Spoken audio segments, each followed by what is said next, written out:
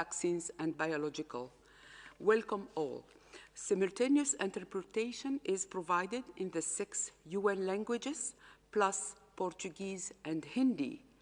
Now, without further delay, I would like to hand over to the DG, Dr. Tedros, for his opening remarks. Dr. Tedros, you have the floor. Shukran Fadila. Good morning, good afternoon, and good evening. The pandemic has reminded all of us of the heroic work that health workers do every single day. Health workers account for an estimated 3% of the world's population, but account for 14% of all infections with COVID-19. One of WHO's primary concerns has been to ensure health workers have access to personal protective equipment. We also advise that health workers should clean their hands regularly with an alcohol-based hand rub or wash with soap and water. And yet, new data from WHO and UNICEF show that 1 in 4 health facilities globally lack basic water services. In the world's 47 least developed countries, half of all health facilities have no clean water on site. This puts health workers and patients at risk from infections of all kinds, makes childbirth much less safe, and drives antimicrobial resistance. Addressing this gap is an urgent priority for WHO and UNICEF, and must be for the rest of the world. Preliminary estimates show that making sure all healthcare facilities in the 47 least developed countries have basic water, sanitation, hygiene, waste management, cleaning services will cost an additional $3.6 billion between 2021 and 2030. And we know that for every dollar invested in hand hygiene alone, there is a return of $15. In other words, investing in water, sanitation, and hygiene is not just the right thing to do, it's the smart thing to do. While the direct health impacts of the pandemic on young people have been generally less severe, youth are disproportionately affected by the long-lasting consequences of the pandemic. Disruptions to education, economic uncertainty, loss or lack of employment opportunities, impacts on physical and mental health, and trauma from domestic violence, to name a few. More than 1 billion students in almost every country have been impacted by school closures, and 1 in 6 young people worldwide have lost their jobs during the pandemic. Throughout the pandemic, WHO has been working with young people and many partners, including UNICEF and UNESCO, in several ways. We have supported and amplified youth-led initiatives on combating misinformation and mental health. We have engaged young people in co-creating communication materials for young people about reducing the risk of COVID-19 transmission. We supported the youth-led COVID-19 youth survey to assess attitudes and awareness of young people about COVID-19. And we will soon be publishing the results of a global survey about how young people look for and use COVID-19 information online. 2 weeks ago, we launched the WHO Youth Council to provide advice on key health and development issues affecting young people. Today, we're delighted to be taking part in the launch of the Global Youth Mobilization for Generation Disrupted, a new worldwide movement to support young people and involve them in the response to the COVID-19 pandemic. This new initiative is being led by what's known as the Big Six youth organizations: the World Organization of the Scout Movement, the World Association of Girl Guides and Girl Scouts, the Young Men's Christian Association, the World Young Women's Christian Association, the International Federation of Red Cross and Red Crescent societies and the Duke of Edinburgh International Award. Together, these organizations and networks actively involve more than 250 million young people.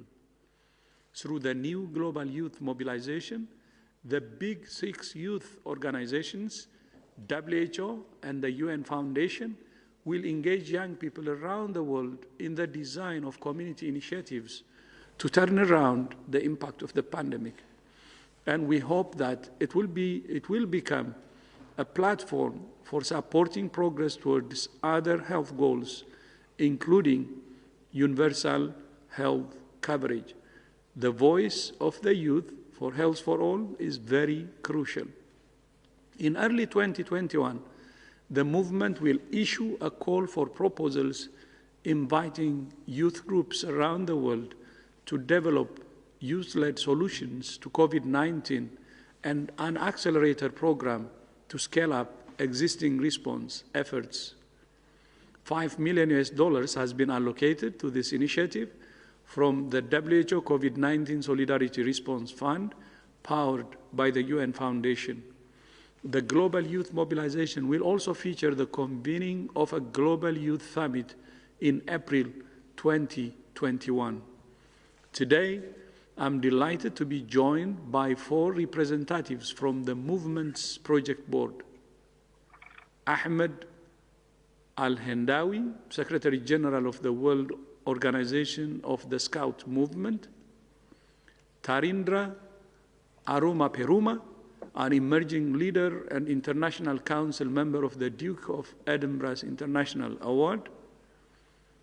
Michelle Shiji Chiu, Youth Commission member of the International Federation of Red Cross and Red Crescent Societies, and Casey Harden, General Secretary of the World Young Women's Christian Association. Mr. Al-Hendawi, before I give you the floor, I understand that today marks the 100th anniversary of the World Scout Bureau. So I would like to wish you a very happy birthday and congratulate you for the huge impact you have had on young people over the past 100 years. Thank you, and you have the floor.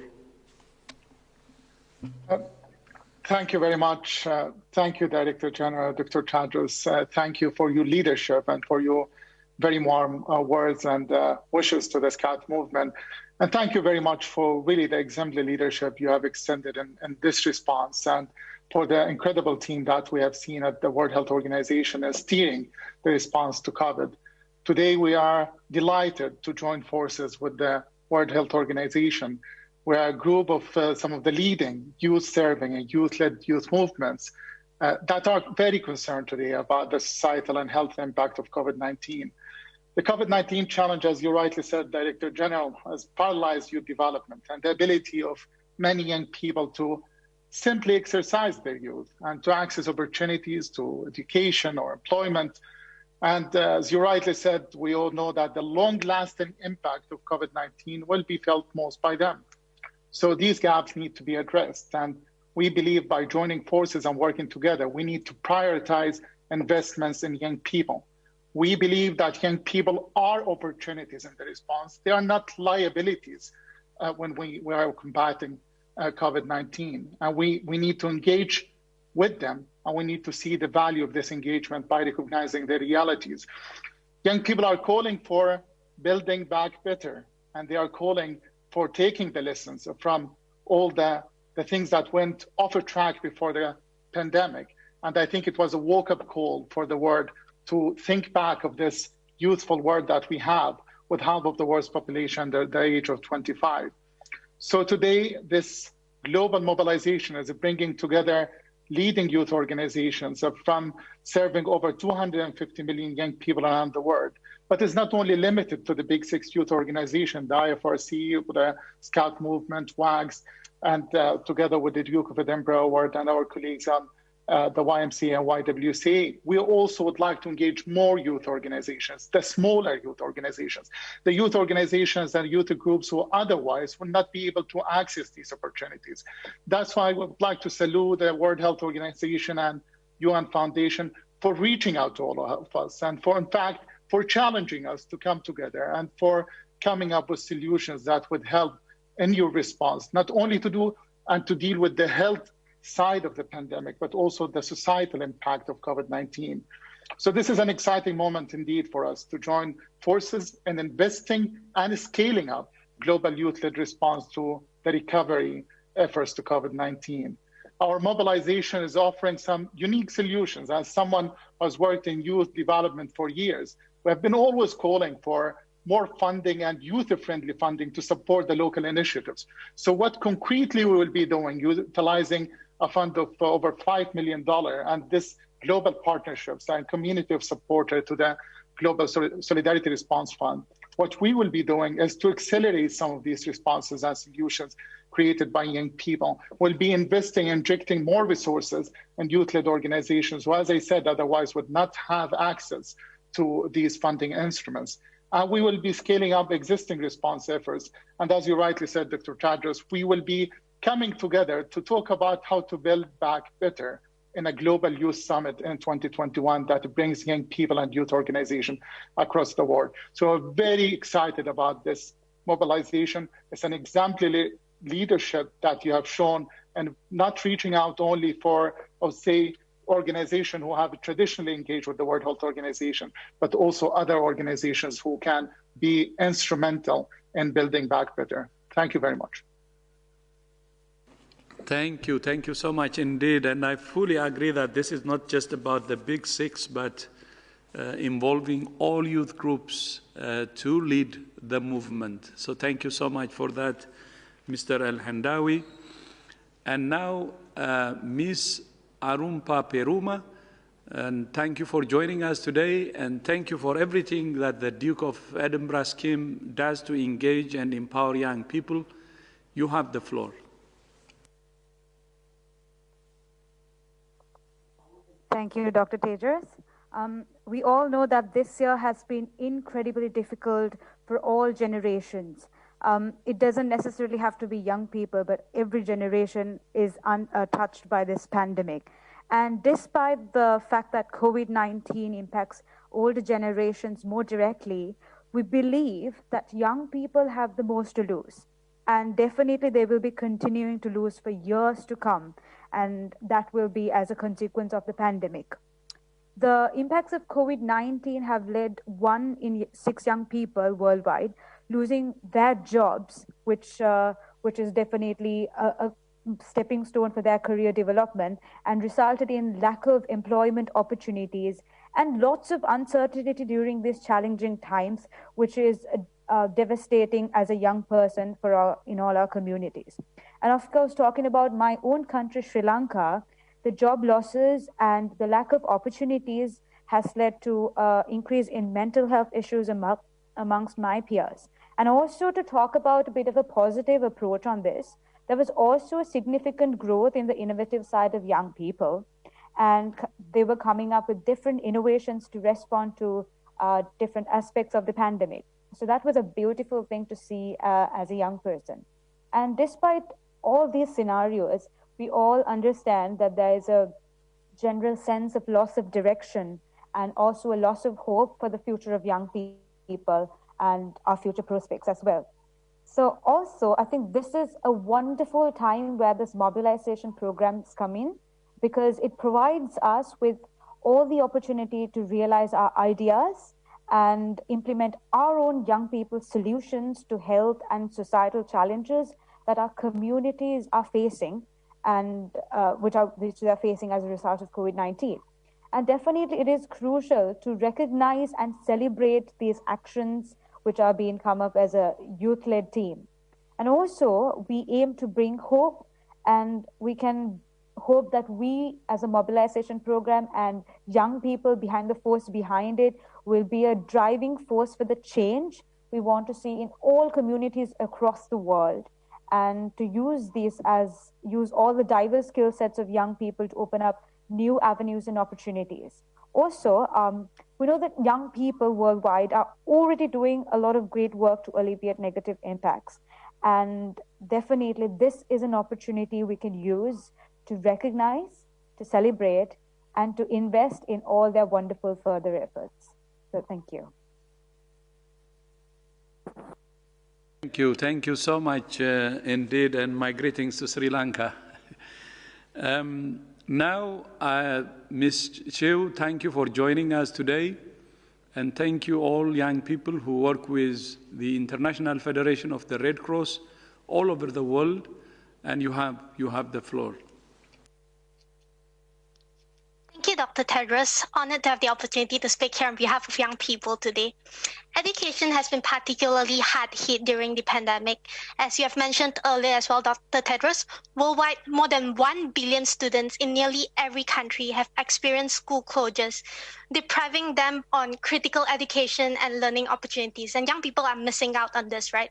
During the pandemic, young people are actually left stranded and lost without means to, obtain education. Antonio Guterres, Secretary General of the United Nations, has called this the largest disruption to education in history. While many young people are starting to get back to school, rolling lockdowns means that the COVID-19 risks to education are actually not over for us. The quality of or the access to education should not be compromised during a pandemic. Young people should not have to sacrifice educational opportunities in exchange for our livelihoods and health. Youth should still be able to learn and gain knowledge through various means, and this includes through informal and non-formal education. Therefore, this mobilization effort will actually help to provide young people with the resources for both personal and professional growth, while empowering us to take the initiative and propose our own solutions. Our generation is actually very aware of the social, economic, and environmental challenges facing us, our communities, and the planet. We are not silent, and we are not standing idly by. We want to help, and we are capable to help. We're really not super spreaders or troublemakers, but we are part of the solution in mobilizing and volunteering to see the change that we want in our communities. And this is why, as young people, we are really excited about this global youth mobilization, because it provides us with the platform to share our ideas, experiences, and solutions to build the post-pandemic future that we envision and want to live in. Young people want to build back better. Thank you. Thank you so much, Michelle. I fully agree, and we hope the global youth mobilization will bring significant progress. And now, Ms. Harden, thank you to you and the more than 130,000 volunteers who work with the YWCA movement all over the world, and you have the floor. Thank you very much. As the world's largest youth movements, the Big Six, we not only support youth, but we partner with young people. And we are so excited to champion this effort where we will have youth mobilized to lead the way so that we can all follow their excitement and their wisdom, like that which Michelle just shared. We will be supporting development of the solutions to help our world respond to COVID-19. And, this effort, this approach is really a bright spot in what has been an incredibly challenging year.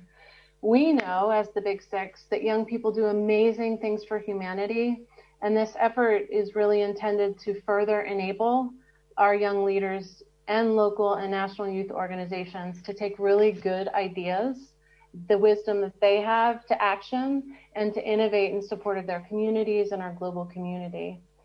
And we also know that a useful, a successful, and effective pandemic response must involve young people, and it has to be relevant and it must respond to their realities, which is why we need to look to the youth leaders.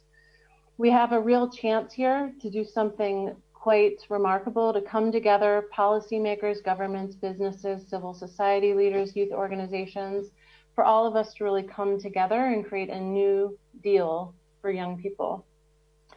We've already seen momentum around this really compelling initiative with ambassadors and influencers, as well as global brands like the NBA, Disney, and FIFA, taking interest in the plan and this collective vision.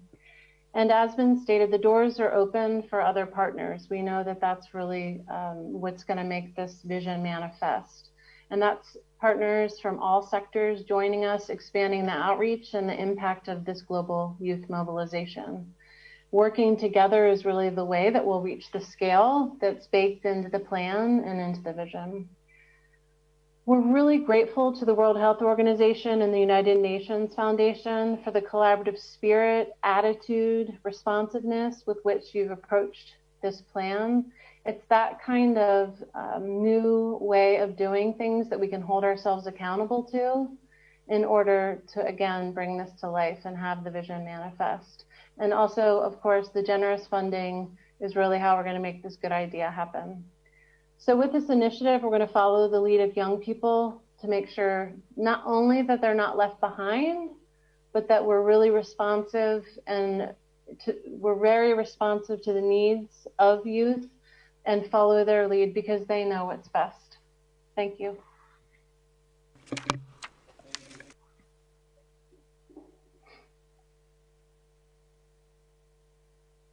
In the coming months to engage young people all over the world in the response to COVID-19 and to building a healthier, safer, and fairer world. Fadila, back to you. Thank you, Dr. Tedros. And to our guests, I would like now to open the floor to questions from members of the media. I remind you that you will need to raise your hand. Use the raise your hand icon in order to get in the queue to ask your question, and please do not forget to unmute yourself. I would like also to inform journalists for their accurate reporting that Ahmed and Michelle connected from Malaysia, Tarindra from Sri Lanka, and Kasey from Switzerland. I know that this information is important for you.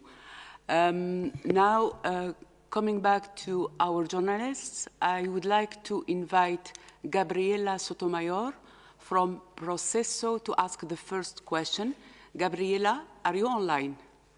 Yes, thank you so much. Hola. Thank you for giving me the floor. In Mexico, millions of children have not returned to the school since the pandemic began. They have opened bars, shopping centers, but schools are still closed. The children have suffered a lot without seeing their friends. And, you know, this question, I honestly don't know whether I should ask this question, but I will anyways. One of the thing that most worries many of the children is if Santa Claus will be able to get home this Christmas, because he's very old, he's overweight. They are concerned about whether Santa Claus will be able to leave his house and whether he will be able to travel. So if you have any message to the children in Mexico and maybe children all over the world, thanks. Thank you, Gabriela. Dr. Van Kerkhove will take this question. Thank you very much for this really important question. I think you've highlighted a concern that many children have across the world. We can tell you that I understand the concern for Santa because he is of older age and he is of one of the older age groups. But I can tell you that Santa Claus is immune to this virus, and we had a brief chat with him, and he is doing very well. Mrs. Claus is doing very well, and they're very busy right now. But he is immune, and we have heard from a number of leaders across the world who have told us that they have relaxed the quarantine measures for Santa to enter the airspace. So he will be able to travel in and out of the airspace and be able to deliver presents to children. But I think it is very important that all children of the world understand that physical distancing by Santa Claus and also of the children themselves must be strictly enforced. So it is really important that the children of the world, still listen to their moms and dads and their guardians and make sure that they go to bed early on Christmas Eve. But Santa will be able to travel around the world to deliver presents. So thank you very much for that important question. I'd like to thank Maria as well for that reassurance, but it's not just the kids of the world, Maria. We all believe in Santa, huh? That's something wrong with that.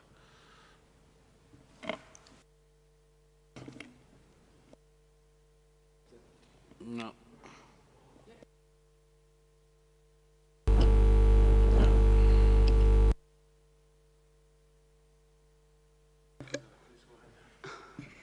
Yeah, thank you, Dr. Ryan. I would like now to invite Bianca Rothier from Globo to ask the next question. Bianca, are you with us?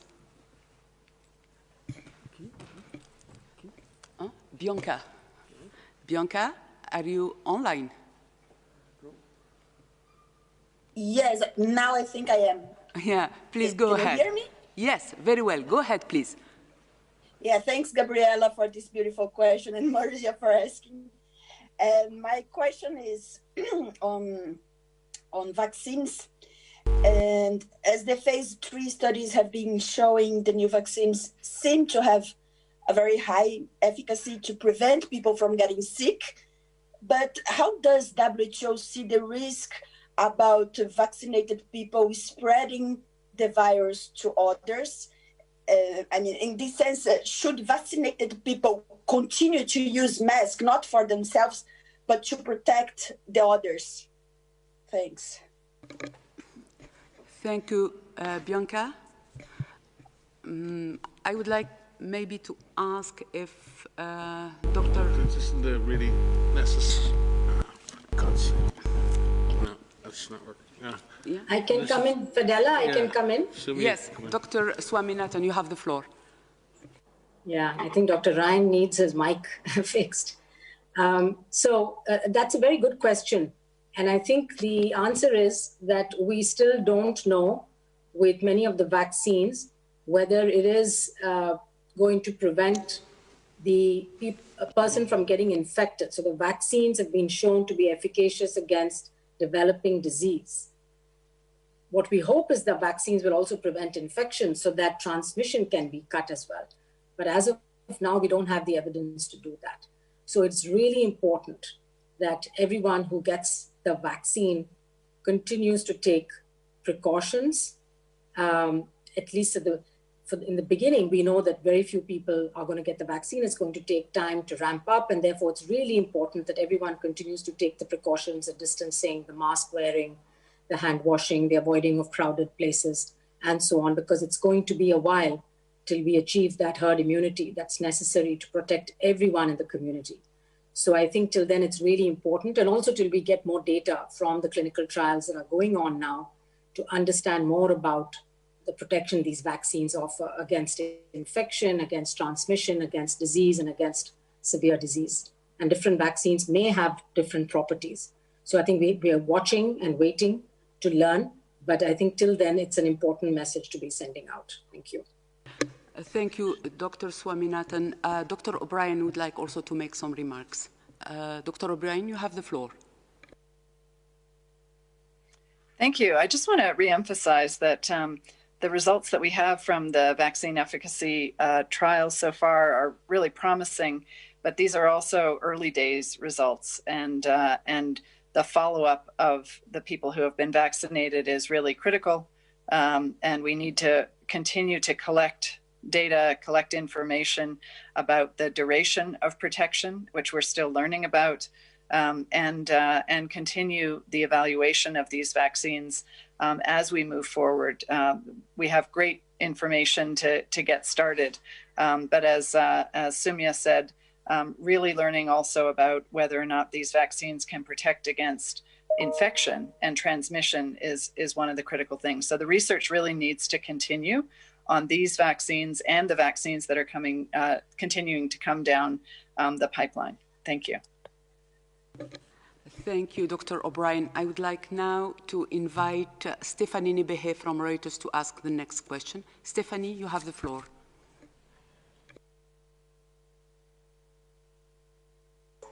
Thank you. Yes, sorry. Hello.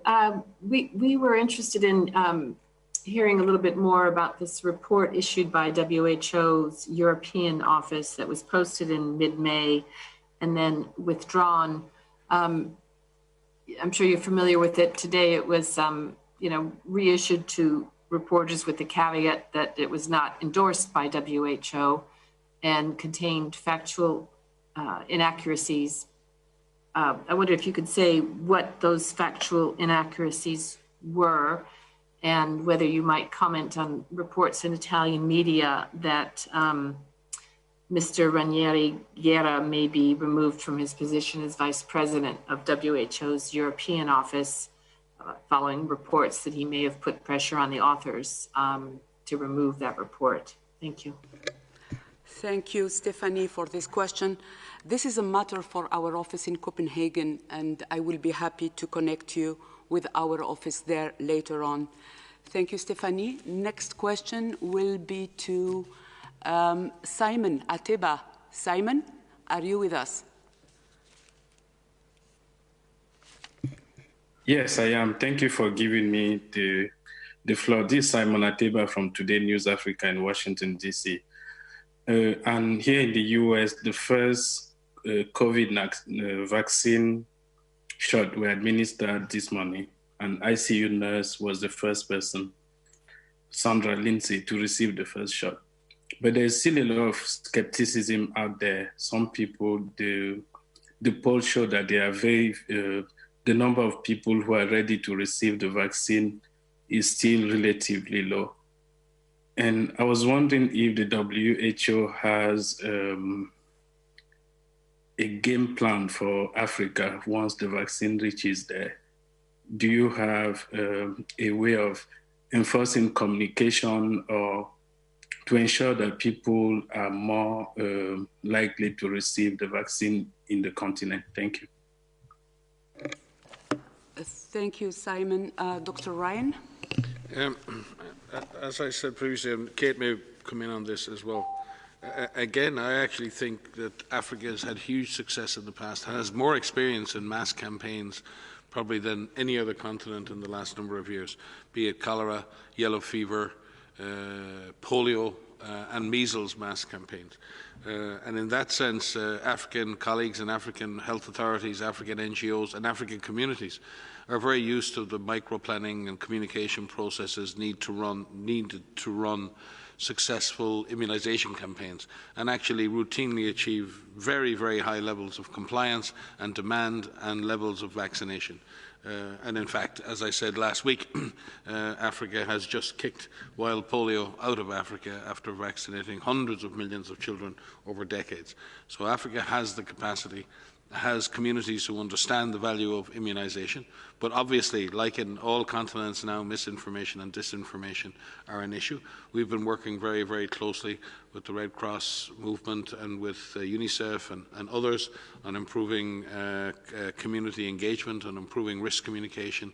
And I know Kate and others have been working very closely with readiness plans at country level, which include built-in a strong component of community engagement and social marketing for demand. Kate may wish to comment on that, but this is certainly a major part of any national vaccine action plan. Community engagement and acceptance are a massive part of the success of any vaccination intervention and will be again this time. But I have every confidence that Africa has shown the way before, has demonstrated actually how to do large community-based campaigns. What we need to do is get vaccines for Africa and for other developing countries. The issue now, for me, is not about demand in Africa, it's about generating supply for Africa and other developing countries, and that needs to happen soon. Kate may want to supplement. Yeah. Kate, you have the floor. Yes, thank you. I just want to add to what Mike has had to say about this, that we're working very closely with countries throughout Africa on their readiness plans. And in fact, many countries have already developed their plans plan for deploying those plans are demand and confidence related activities. And I think what's really important as we drive forward on the readiness of countries is really the readiness of communities to be able to seek vaccines, to have confidence in them. And so there's a critical role that is played right now to be communicating accurately on the information we have about the vaccines to countries. So this is such an important thing right now because that, as we've said before, vaccines don't save lives, vaccination does. And so these demand-related activities are extremely important, and the involvement of the communities in preparing for vaccination is probably one of the most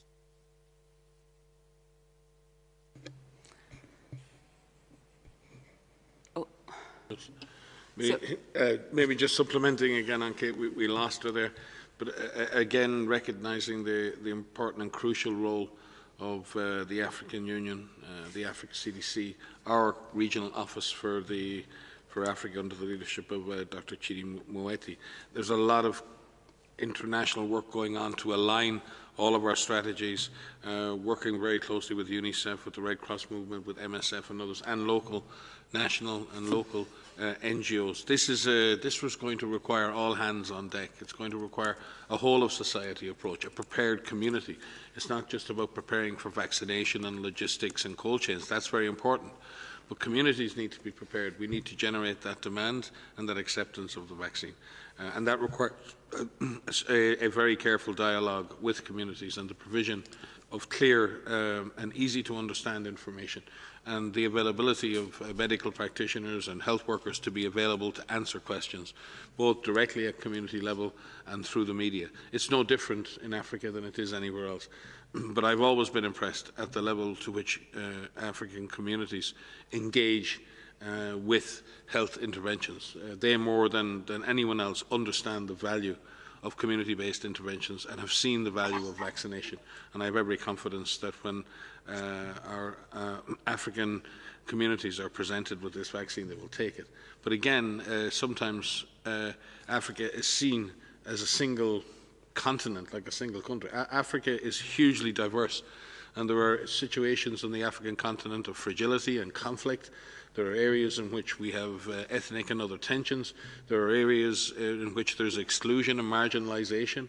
There are people living in urban slums and living in very remote rural settings. So we need to see that vaccinating successfully in Africa is as complicated and as challenging as anywhere else, and resources are required to be able to make that a successful intervention. But I have every confidence in communities in Africa that they will want this vaccine and will want to take this vaccine. Thank you. Thank you, Dr. Ryan. I would like to invite Dr. Swaminathan to respond to this question. Dr. Yes, very quickly, just wanted to add to what Mike and Kate have already said. Since we have the 6 big youth organizations with us today and the representatives talking about how they're going to mobilize youth and communities and take up these challenging issues, I think this is a perfect topic for them. The youth can really mobilize. They can use social media much better than we can, and they're generally very well informed. And I think they can influence their parents and their grandparents if they get the facts right and they spread it through their networks into the community. So just a shout out to our young friends leading the big youth movements around the world to play a role in improving vaccine acceptance, not just for COVID-19, but for all diseases like measles, for which we have increasing numbers of people coming down with measles, despite the fact that we've had an effective and safe vaccine for years. So that would be a great rallying cry, I think, coming from the youth organizations. Thank you.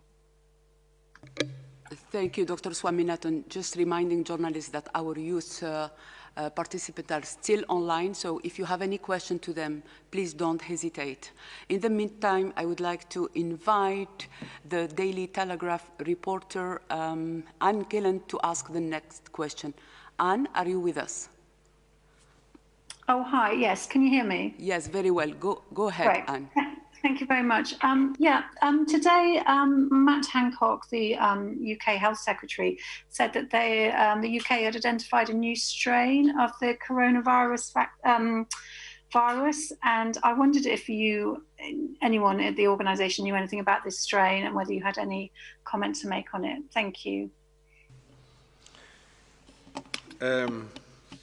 Yes, thanks for the question. Yeah, we are aware of this genetic variant, I think reported in about 1,000 individuals in England, and the authorities in the UK and under Matt Hancock's leadership obviously are looking at the significance of this. We've seen many variants, as we've always said here. This virus evolves and changes over time, and we've seen different variants emerge. The question is, what is their significance in public health terms? Certainly looking at this particular variant seems to have become more prevalent in the UK. We'll obviously need to work with our international lab network to see if that variant is becoming more prevalent on an international basis. But again, to say that this kind of evolution or mutations like this are actually quite common. The question, as we've had most recently with the mink variants in Denmark and the previous variations in the virus, does this make the virus more serious? Does it allow the virus to transmit more easily? Does it in any way interfere with diagnostics? Would it in any way interfere with vaccine effectiveness? These are questions. None of these questions have been addressed yet, and we have no information to suggest that any of that is the case. And that is why each and every time we see a significant variant, we have to take the time to assess its significance. I'm sure the UK authorities are doing the responsible thing, as they are, in really looking at this, in informing and putting this up on public websites. I think, like you said, they've already uploaded the sequences for everybody else to look at. It is the height of transparency. It is state of the art in the way in which national authorities communicate with other national authorities and with WHO. It shows absolute transparency, and we have every confidence in the UK scientific capacity to understand this variant and to work with us and experts around the world to do the same. Maria may have more details on the specific variants, the specific variant and the findings so far. Maria? Yeah, thanks, Mike. And yes, and just to say that, yes, it has been reported to us through our IHR channels, and that's very helpful for us to see. But this is a variant, it's this N501Y that's actually being monitored already by our virus evolution working group. It's come up in the context of a mink variant identified elsewhere.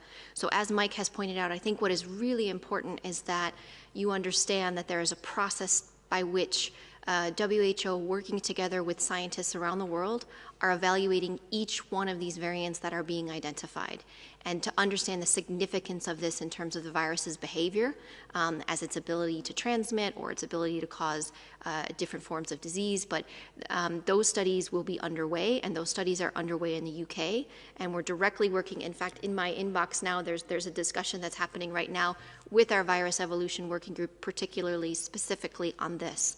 And so that's really important that that laboratory work is done to evaluate any potential significance, and we're not necessarily saying that there is. That research needs to be done, and then to do a proper risk assessment to determine if this variant or any variant that is identified has any impact on any products. So this is a process, it's a robust process that is in place. It's been in place in one form or another since January. It was formalized into a working group in June. And so we will follow up, and we are following up with our colleagues in the UK, and we thank them for reporting this, and for all countries who are doing full genome sequencing and who are making these full genome sequences available. I think it's worth noting that more than 250,000 full genome sequences have been made available on platforms like GISAID and others. We're very grateful for this, and we hope that that will continue, and we hope that that will be expanded to more countries of the world. Yes, and I think importantly at the end there, Maria, recognizing the work, and most of this work is actually voluntary by non-profit organizations like GISAID, who've been posting these sequences since the very first weeks of this response. And we would just do a big shout out to all those staff and analysts who are analysing these specimens and stewarding these specimens and getting them up online, sometimes without the necessary resources, without the necessary IT tools and the rest to do that most effectively. And after a year of this, we'd just like to say thank you to all those collaborators, and a shout out especially to my colleague Peter Bogner at GISAID. This wouldn't have got done without you, Peter. Thank you. Have an update as we're sitting here. So from our colleagues in the UK, so there's no evidence so far that this variant behaves differently. But of course, we're being cautious to evaluate this properly, as I explained. And so what they're looking at is to see if there's any changes in the development of neutralizing antibodies. And that is something that will be tested for all of the variants that are identified. So far, we don't have any evidence that this variant behaves differently. So I just wanted to provide that quick update. But we will continue to evaluate and inform you of any changes. Thank you. I would like now to invite Maya Plans from UN Brief to ask the next question. Maya, can you hear me? Yes, thank you very much, Fadela. My question is regarding WASH, the partnership with UNICEF. What are some of the programs that are going to be rolled out, that will be started in 2021? Can you hear me? Yes, very well. Dr. Ryan will respond. No, we're very pleased to see that joint strategy rolled out, and I don't have the exact details of the projects to be rolled out in the next year, but they will focus on ensuring that we can make healthcare facilities safer for frontline workers, but more importantly, safer for patients. When we look at COVID-19 in general, it's exposed some very brutal shortcomings in our healthcare delivery systems. Standards of care. We are now working so hard on trying to improve oxygen availability for COVID-19. But the reality is that thousands of people die every year in hospitals because there is no high-quality source of medical oxygen. We're hoping that COVID-19, having highlighted this issue, we can work with other agencies to deliver on that, and we're doing that. Equally, infection prevention and control, in terms of ensuring health workers are protected and ensuring that infections do not spread in hospitals. This is not just important for COVID. This is important for antimicrobial resistance. This is important for Ebola. This is important for so many other diseases. And finally, water and sanitation is absolutely essential to basic safe care for people, for mothers to deliver safely, for operations to be carried out safely, and for basic hygiene and cleanliness around hospital environments.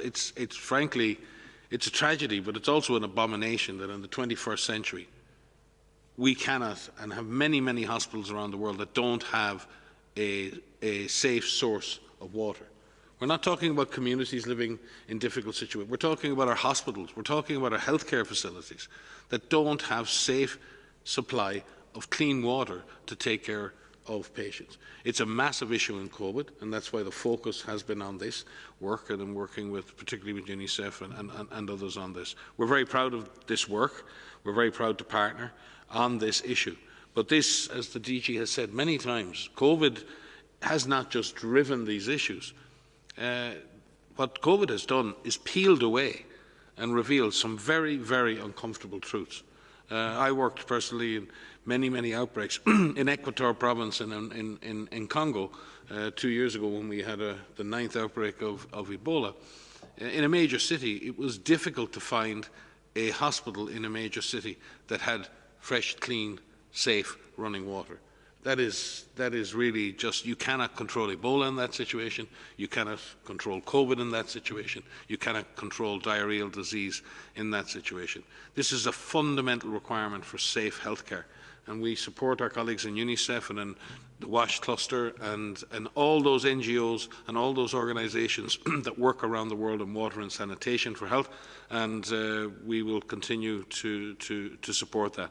We'll be very happy to share with you directly a list of the proposed activities. I just don't have them here to hand right now. Thank you. Thank you, Dr. Ryan. I would like now to invite Sophie from SABC to ask the next and maybe last question. Sophie, you have the floor. Thank you.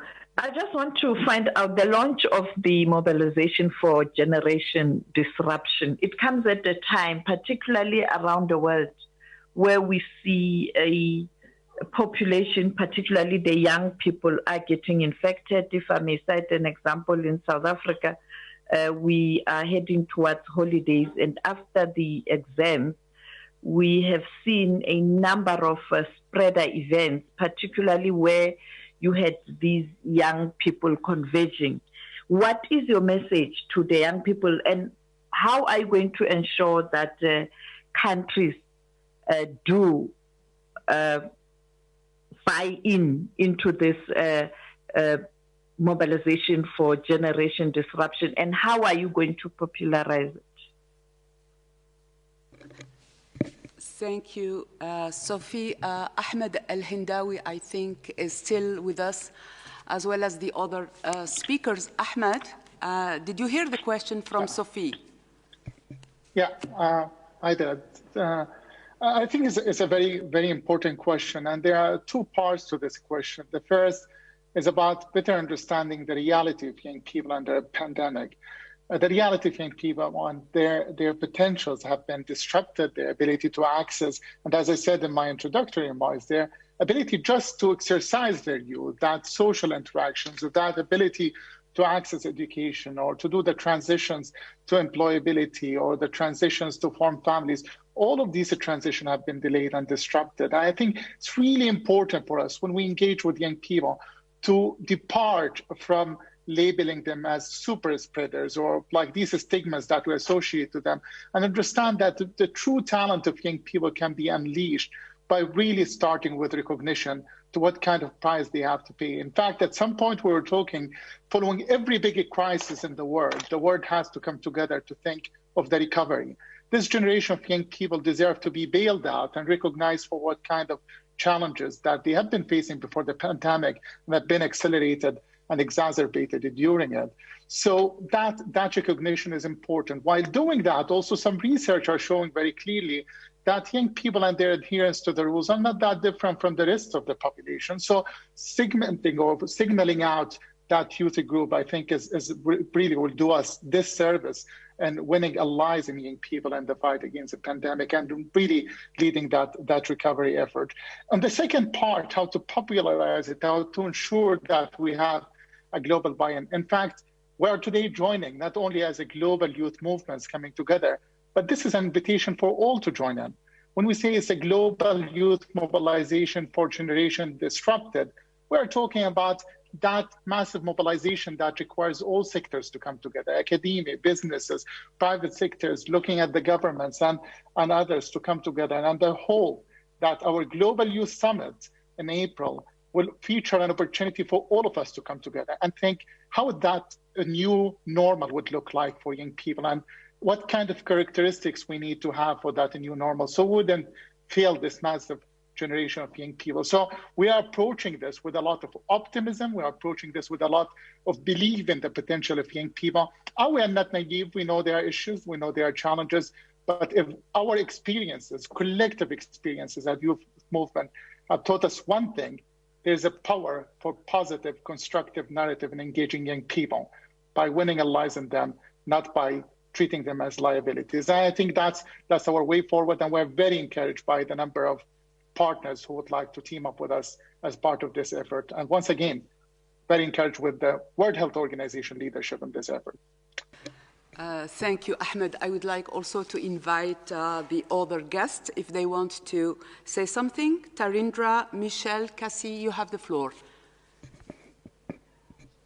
Yeah, I would simply add that I talked a bit about the spirit of this initiative, and the spirit behind it is, I think, gets to some of your question, which is, what does it look like for adoption, installation, realization, socialization of accurate information about the pandemic, about really trying to give a message that's compelling for youth.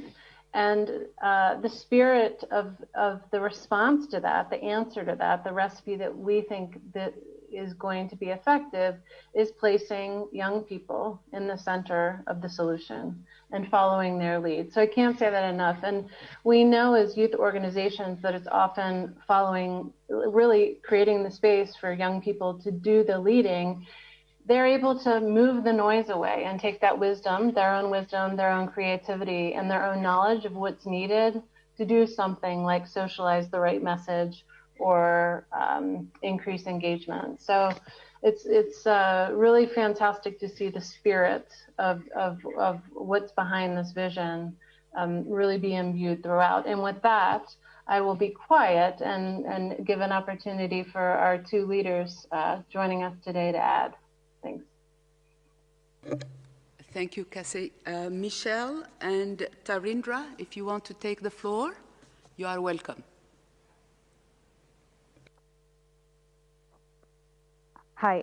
So just to add a quick point for it, I think as a young coming from a young person, it's very important that we recognize that if not now, when? Because obviously the opportunity of us being young is not forever. It's just this time segment. And it's very important that we identify as a community the problems we as young people go through. It can be several issues and some can be extremely traumatizing.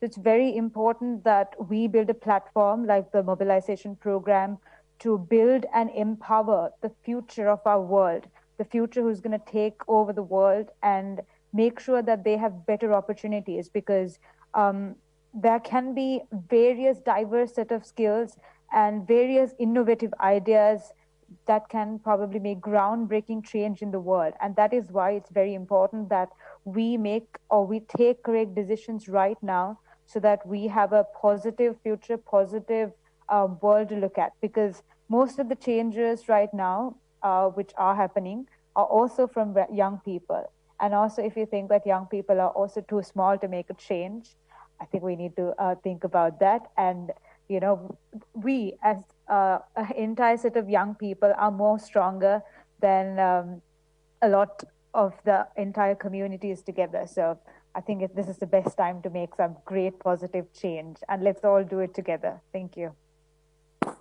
Yeah. And also just adding on Tarindra's point, I think I really want to call on our senior leaders, adults, businesses, governments, institutions to really strongly respond and support this global youth mobilization so that young people can emerge from this pandemic stronger, more resilient, and also, better off. Because by involving young people and by supporting us in the pandemic efforts, response and recovery efforts, young people as well as all generations would actually be benefited. And I think for young people in our generation as well, we really want to show that, we can play a part in shaping our own futures. And as much as we really appreciate the guidance from our senior leaders and our adults, I think, it's still important to recognize that as young people, we know what we are facing, we know the realities on ground, and that is why we are suitable and capable to really drive this movement and shape a future that we all really want to see, not only for ourselves, for all generations, and also for the future, right? Thank you so much to our four guests. I would like now to hand over to Dr. Tedros for his final comments. Thank you, Fadila. So encouraging. I'm very excited personally to listen to our youth leaders. And I fully agree that the youth should be at the center of the solution and taking a lead. That's very important. And as Michelle said, have a chance to shape up the future. And that's why we have decided with them to start this movement. And it's going to be part of the bigger movement. And as Ahmed said earlier, not just this 6 big, but we will mobilize all youth groups to really take the lead. As you remember, we had announced, launched the Youth Council. Members of the Youth Council, Advisory Council for WHO, will be leaders of the different global youth associations. And the purpose is not just to fight this pandemic, but to actually lead the youth, to lead the long journey to health for all. As we always say, through the ownership by the youth, all leads will lead to universal health coverage. And if we're going to have a strategic solution to what we're facing today, including the COVID pandemic, the strategic solution is health for all, or universal health coverage. So I believe this movement will grow from strength to strength and led by youth who are ready, as Michel said, and other colleagues, and those who have participated today, shape up the future or shaping their future. So I would like again to thank Ahmed, Tarindra, Michel, and Cassie for your leadership. Then moving to the other issues, in the last few minutes, I have a very good news. Canada has announced a significant funding commitment to the Access to the COVID-19 Tools Accelerator. And I would like to thank Canada and Prime Minister Trudeau for the solidarity and generosity expressed to help COVAX facility succeed. So thank you so much, Canada. As you know, the ACT Accelerator is truly the best global solution to fight the acute phase of the pandemic, save lives, and drive the global recovery. And then finally, one more. Today, as you know, marks the 70th anniversary of the founding of UNHCR, the UN Refugee Agency. And refugees are among the most vulnerable people in our world. And today we are seeing the largest population movements and displacement since the end of the Second World War. And many refugees and migrants live highly insecure lives on the fringes of society, often in fear and often without access to essential health and other services. To change this situation, it's vital that all countries include refugees and migrants in national health plans as part of their commitment to universal health coverage. Happy birthday, UNHCR. WHO is proud to work with you to improve the health and well-being of all refugees. And thank you and congratulations also to my brother, Filippo Grande, and to all members of and families of UNHCR. Thank you and see you on Friday. Thank you, Dr. Tedros, to our youth leaders and to our colleagues for this press conference. Many thanks also to journalists who are following us regularly. I would like just to remind you that we will be sending the DG opening remarks and the audio file shortly after the end of this press conference. The transcript will be available to you tomorrow morning. Thank you again and have a nice evening.